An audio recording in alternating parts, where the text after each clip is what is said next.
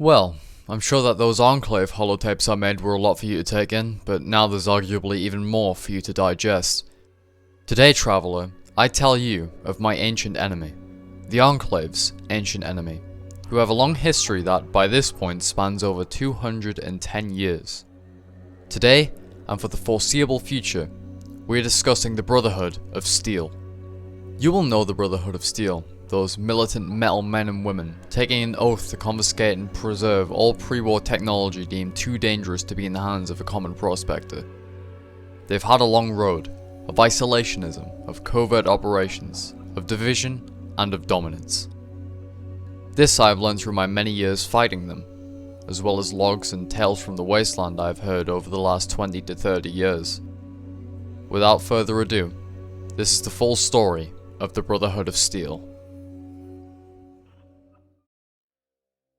Our story begins in the years leading up to atomic annihilation, with a member of the United States Army named Roger Maxson. Maxson was a loyal soldier who was dispatched on a mission to the Mariposa military base to assist in the defense and monitoring of some of the scientific experiments going on there. Mere weeks before the end of the world, as Maxson knew it, he and his squadmates would discover something horrifying, something terrifying, something so dark it would twist men's minds and break them. What Maxson and his squad found was the scientists working at the Mariposa military base had been conducting experimentation on human subjects, prisoners of war no less. The Chinese, if captured during the conflict in the Sino-American War, were often sent to concentration camps by the American military. What people didn't know was that these government officials were shipping prisoners away for experimentation. Maxson happened to be one of the men who discovered this grim horror. It was days after this event that their leader would commit suicide due to the horror he had witnessed, leaving Roger Maxson in charge of his squad. He declared full desertion of the base and the United States military as a whole, disgusted and enraged at his leaders for these brutal and horrific violations of human rights laws. He received no response from any personnel, and 3 days later, the Great War would start and end. The world was plunged into a nuclear apocalypse. Cities, once blossoming with life, were now barren, desolate wreckages. Vault doors beneath the surface lay sealed with the inhabitants comfortably tucked inside, blissfully unaware they were also now a part of the Enclave's schemes to unethically test and experiment on them. Survivors banded together as groups of hope or groups of greed. Raider groups formed from the ashes. People's faces began to peel off as they succumbed to the radiation, becoming what was later known by the wider wasteland as a ghoul.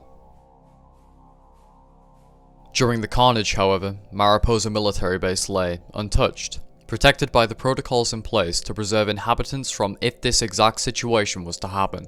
Maxson and his men waited out in the bunker for a few days, before sending a scout to observe the damage. Radiation was non-lethal in the area surrounding the base, so they buried the corpses of the executed scientists outside. Not like they deserved a proper funeral.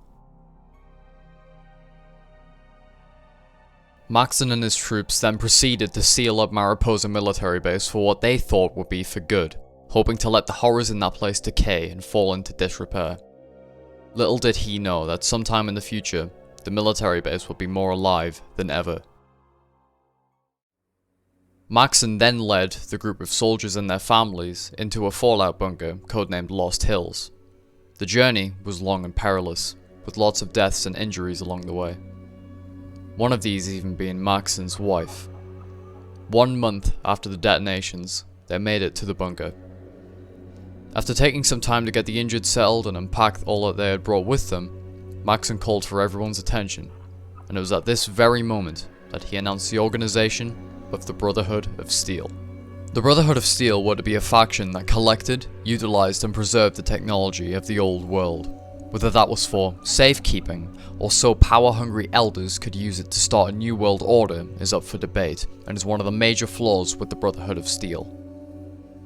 If we entrust these people with the technology of the wasteland and the old world, who's to say that they will not use it against the people of the wasteland and attempt to start a fascist regime? Some questions are better left for history to answer for. Now, allow me to share my thoughts on this point in Brotherhood history. As much as I have hated the Brotherhood in my past, and as much pain as they have caused me, and I to them, Roger Maxson is someone I highly respect.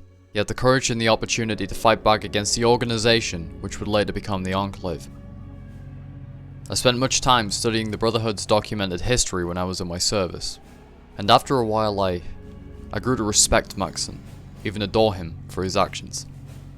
I tried my very best to simulate this courage when dealing with my own situation.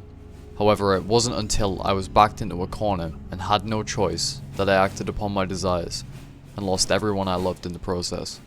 I digress. Enough about me and my personal feelings on the matter. Let us continue our story. Not much was documented on the Brotherhood of Steel's early years following their inception in 2077. The latest logged event which I'm in possession of is 2134, almost 50 years after the Brotherhood's inception, which depicts a roguish member of the Brotherhood, who wishes, to the disagreement of the Elders, to travel to an abandoned West Tech facility, which he believed to be ripe with technology to scavenge. This was the first time that we've seen a group of members in the Brotherhood of Steel go against their own faction and create somewhat of an outcast group, and it certainly isn't going to be the last. This West Tech facility that this member spoke of was famously known as the Glow among Wastelanders. Its name derived from the fact a Chinese nuclear bomb decimated the site. The fate of the Brotherhood's defects is quite obvious. Around a year after this event, Roger Maxson would sadly pass away to cancer, and his son would take his place as High Elder of the Brotherhood of Steel. Around this time, the Brotherhood would be organized into a ranking system which correlated with the logo of the faction. The insignia of the Brotherhood of Steel is a sword with gears surrounding the blade, a circle encasing the gears and the blade, with a pair of wings rising from the sword's guard area. Each of the aforementioned pieces of this icon have meaning, despite what some may believe. The sword is to represent one of the Brotherhood's most notorious ranks, the Paladins. The Paladins were commonly seen as the foot soldiers of the Brotherhood, leading security operations and expeditions across the wasteland. The gears represent 3 different ranks inside the Brotherhood: the Knight, the Initiate, and the Scribe. The larger gear is for the Knight, which is another type of soldier in the Brotherhood's ranks, a lower rank than the Paladin, meaning Paladins would usually be commanding Knights. Knights also worked as the craftsmen of the Brotherhood of Steel, repairing, tweaking, and maintaining the tech stockpile they had collected and continued to collect, as well as producing new technology from scrap, weapons, power armor, the lot.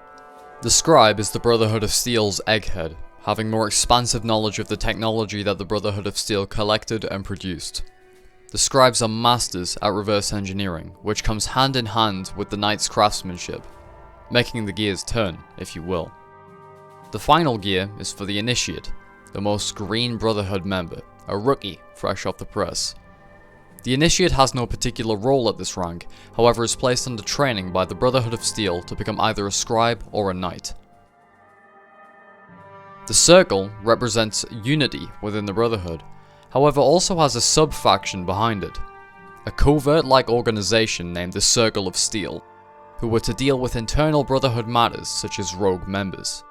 It is unknown whether this was a sub-faction originating in Lost Hills or in the Mojave chapter's Hidden Valley bunkers. And finally, we have the Wings, the part of the Brotherhood's insignia that sends the message to those informed of the insignia's meaning that the Brotherhood of Steel's goal is to bring hope and deliver a possibility of restoration for humanity. A new world of peace, if you'd believe that. The Wings are representing one of the highest ranks in the Brotherhood of Steel, the Elder. Elders were originally a council of Brotherhood of Steel members back at Lost Hills, which eventually were sent off to their own chapters and other areas outside of California, their rank and purpose staying the same. The Elder was a member who made the decisions on behalf of the entire Brotherhood of Steel chapter they were with, whether that be assisting Wastelanders, repairing a death machine for scientific purposes, or going into lockdown after a heart-shattering defeat. Other ranks that were introduced at a later date or are not represented on the symbol of the Brotherhood of Steel include the Squires, who are very young initiates, the Sentinel, who outranks nearly everyone bar the Elder, as well as the Head, Star, and other smaller and higher ranks of the Scribe, Knight, and Paladin. In the 2150s, the Brotherhood spent a lot of their time dedicating resources and troopers to pinning down some of the surrounding area under Brotherhood control. During this time, a raider group known as the Vipers were also dominating some of the areas south of Lost Hills, as well as raiding more frequently. As you will know from my own holotape, I have a history with the Vipers. This is long before my time though. This activity caught the attention of the Brotherhood of Steel, who dispatched a force to deal with the group led by Elder Maxson. The Brotherhood severely underestimated the sheer ferocity of this group, and when the Elder's helmet was off, he was killed by a poison arrow. The Elder's death sent a fiery rage into the hearts of the Brotherhood's Paladins and Knights, and now Head Paladin Rhombus was determined to squash this pathetic raider group. Rhombus succeeded, and within a month, the Vipers were all nearly destroyed, spare for some who fled to places like the Mojave Wasteland and its surrounding areas. It was during this time that the Brotherhood struck up excellent business relations with the caravans of the Hub, who from around 2155 ran routine caravans to Lost Hills. Around 6 years on from the Viper campaign, a Brotherhood patrol came across something bizarre in the Badlands. A large green man lay dead in the sands, a sight which caused the Paladins and Knights present to become confused, distressed. They took the corpse of this thing back to Lost Hills, where the scribes would study and dissect the creature. It was determined by Head Scribe Vree that this thing was sterile, unable to reproduce. The creature remained a mystery for about a year, until the presence of a man regarded as legend in the wasteland would turn up at the Brotherhood of Steel's HQ. The Traveller, who originated from Vault 13, was sent to the same place that the first outcast group went, recognized as the Glow, by the command of the soldiers there. The Glow was certain death for anyone who were unprepared. However, this Vault Dweller, he made it back alive, with the information regarding the Rogue Brotherhood squad that went there so long ago. The Vault Dweller was welcomed into Lost Hills, where the Brotherhood of Steel were given the truth about the strange green being they had found a while back. The creature was the result of the forced evolutionary virus, which was being utilized by the Master to create an army of super mutants, who were going to be made from all human survivors in the wasteland. High Elder Maxson was convinced by the Vault Dweller, in which he sent a force to the Mariposa military base, where they had originated, to locate and terminate the FEV VATs. With the assistance of Maxson's Brotherhood, the master of the super mutant race was defeated, and the Vault Dweller was never to be seen again in the wasteland, at least to the Brotherhood.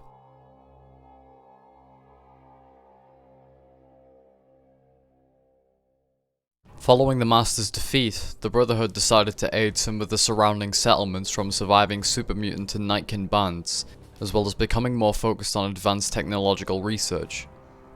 As the NCR was being formed, the NCR had very good relations with the Brotherhood at Lost Hills, though Lost Hills was never claimed to be a part of NCR territory. During these years, however, the Brotherhood of Steel's influence began to deteriorate in New California, which placed the Brotherhood of Steel into a state of stagnancy.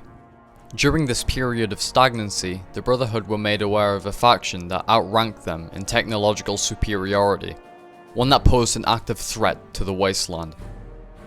In order to tackle this new threat, named the Enclave, this meant the Brotherhood would have to go unseen.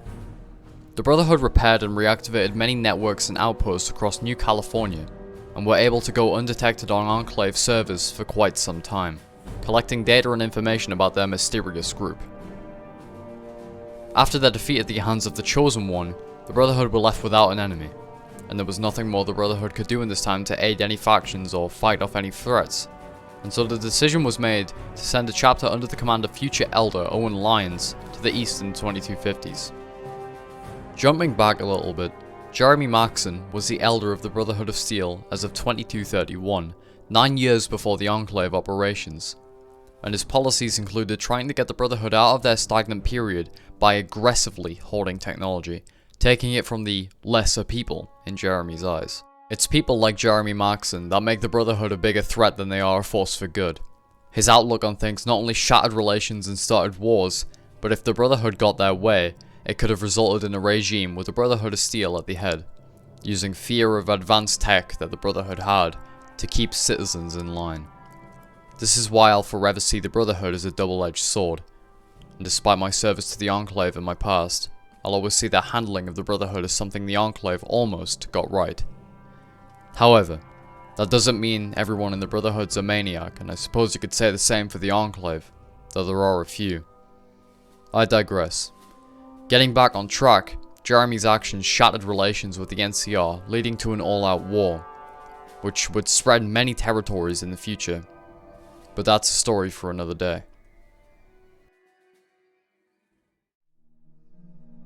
Now that the California chapter and the origins have been covered, it's time to move to the different known chapters in the Wasteland. Now, let's get back to the chapter of the Brotherhood that were dispatched eastward in the 2250s, led by Elder Lyons. The chapter was sent away from Lost Hills for a handful of reasons. The first was to investigate Washington DC, otherwise known as the Capital Wasteland, which was once the capital of the USA back before the Great War. With this knowledge, there was bound to be some excellent technology that the Brotherhood could get their hands on. Some that could assist in the resurgence in Brotherhood power and getting them out of stagnancy.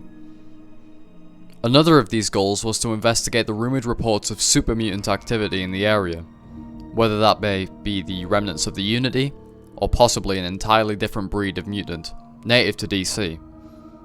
No matter what the case was, the super mutant threat lived on, and so Lyons and his Brotherhood of Steel chapter were to put a stop to it.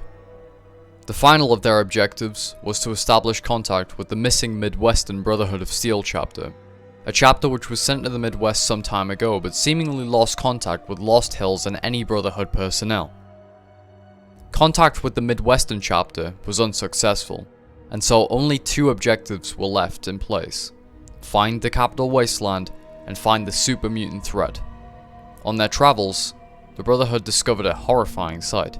A smog-filled city, struck by 3 irradiated rivers and filled with raiders and sick people, stood before Lyons' Brotherhood. They called it the Pit. This is where Lyons and his chapter initiated an event known as the Scourge. Not much is known about this event, but what is known is that it saw the Brotherhood rescue a large batch of children from the city, later recruiting them into the Brotherhood of Steel's ranks.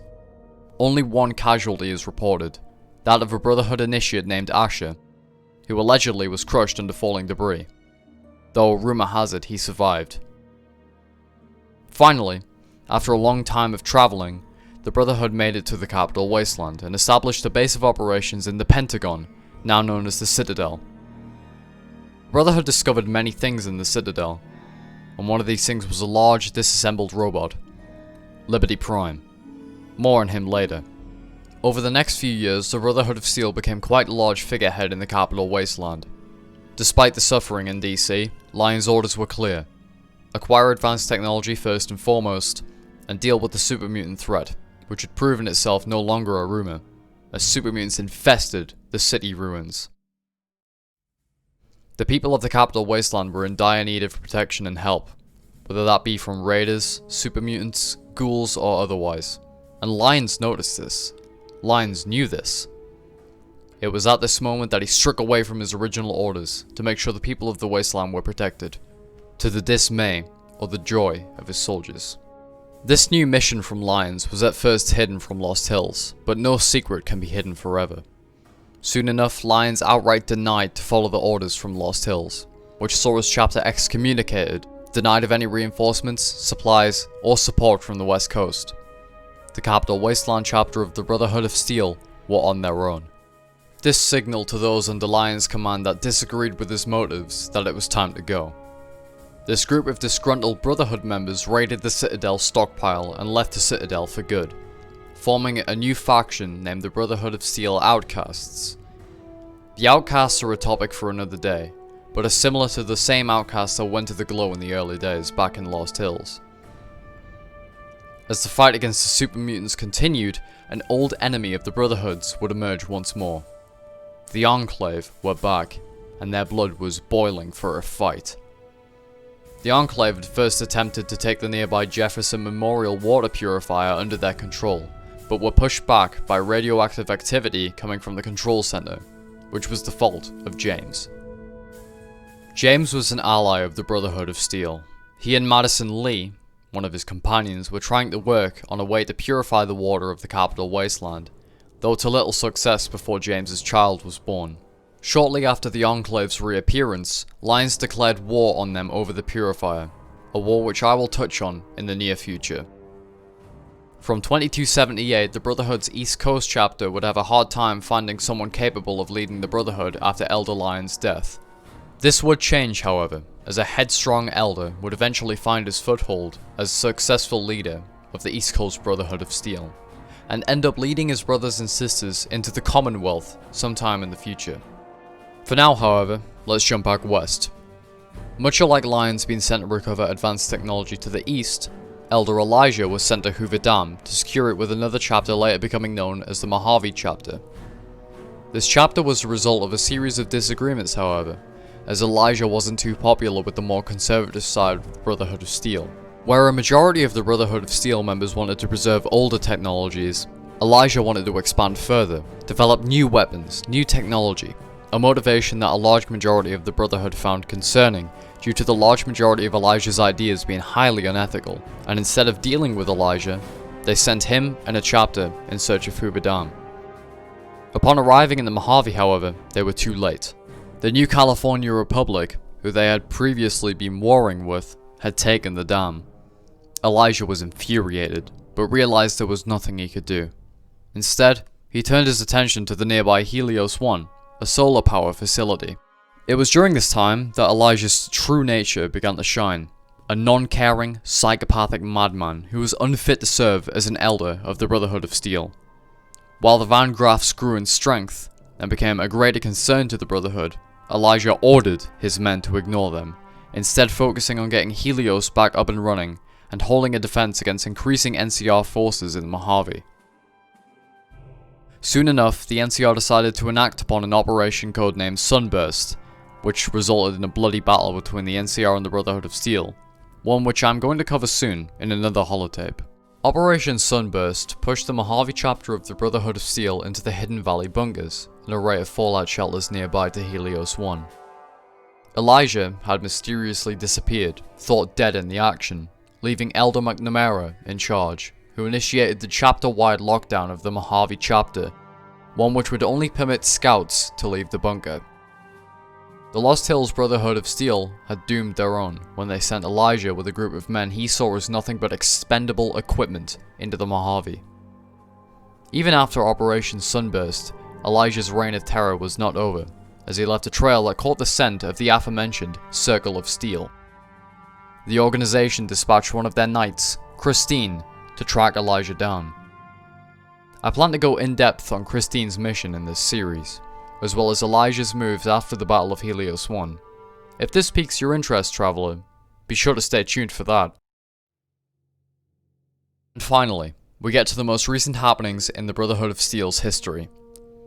The Capital Wasteland chapter, after defeating the Enclave for good in the Capital Wasteland at least, claimed Adams Air Force Base for their own, and used the materials there to craft a vehicle that had become somewhat of a myth in the Brotherhood's arsenal. Wasteland rumor has it that back before the departure of the missing in action Midwestern chapter, the Brotherhood of Steel had access to an entire fleet of airships that made traveling the wasteland a lot easier. These airships would fly to the east to aid in Lion's future goal of assessing the extent of the super mutant force that remained in the wasteland. These airships would mysteriously disappear in a great storm that would eventually send the capital airship, housing the future Midwestern chapter, crashing near Chicago. Allow me to preface this by saying, this is only a wild wasteland tale I heard, and no evidence has been found to point towards this. However, the same airship idea was utilized by the Capital Wasteland chapter, in which construction began on an airship that planned to surpass the supposed original design if there was one. They called it the Pridwin. Construction began in 2278, and the earliest model was finished by as late as 2282. During the time that the Pridwin was being perfected for travel, 3 recon squadrons were dispatched to Boston, now known as the Commonwealth, to search for more advanced tech. The third and final recon team, as late as 2287, dispatched an emergency signal to now Elder Maxson regarding the source of advanced signals coming from the mysterious technologically advanced faction named the Institute. It was with this message that Elder Maxson and his forces would depart from Adams Air Force Base and arrive in the Commonwealth. Shortly after the arrival of the Pridwen in the Commonwealth, the Brotherhood would begin their occupation of the feral ghoul-infested Boston Airport, which was proven a difficult task. Nonetheless, this mighty chapter of the Brotherhood of Steel prevailed, and will continue to use the Boston Airport as a headquarters. Many different objectives were made clear for the Brotherhood of Steel during their time in the Commonwealth. Proctors, a new rank established, required technical documents to further boost knowledge of native technology the Brotherhood may be interested in, dealing with threats like ghouls and supermutants, as well as this new enemy they were faced with. For the discovery and attack on the Institute, the Brotherhood of Steel would need lots of firepower, as well as a way to track where they were. Of course, Liberty Prime came to mind, who was destroyed by the Enclave during the Adams Air Force Base campaign. It is unknown to me if their efforts were fruitful.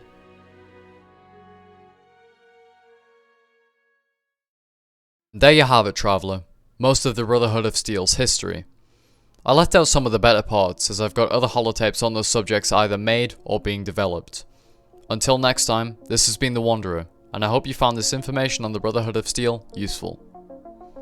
If you did, please consider liking and subscribing. And if you want to support me in a more personal way, consider becoming a member on the channel. Speaking of members, I'd like to thank the current channel members for their very greatly appreciated support. First off, I'd like to thank Cypriot Fox, an admin on my Discord server and good friend. Next, I would like to thank the legendary TKS Mantis, one of my biggest Fallout YouTube inspirations, and also a great friend. I'd like to thank my friend Bonk, who is also supporting. And finally, Lovable Douchebag. If you'd like an awesome member shoutout at the end of each video, be sure to join the member program today for only £1 a month. Thank you very much for watching, and I'll see you next time.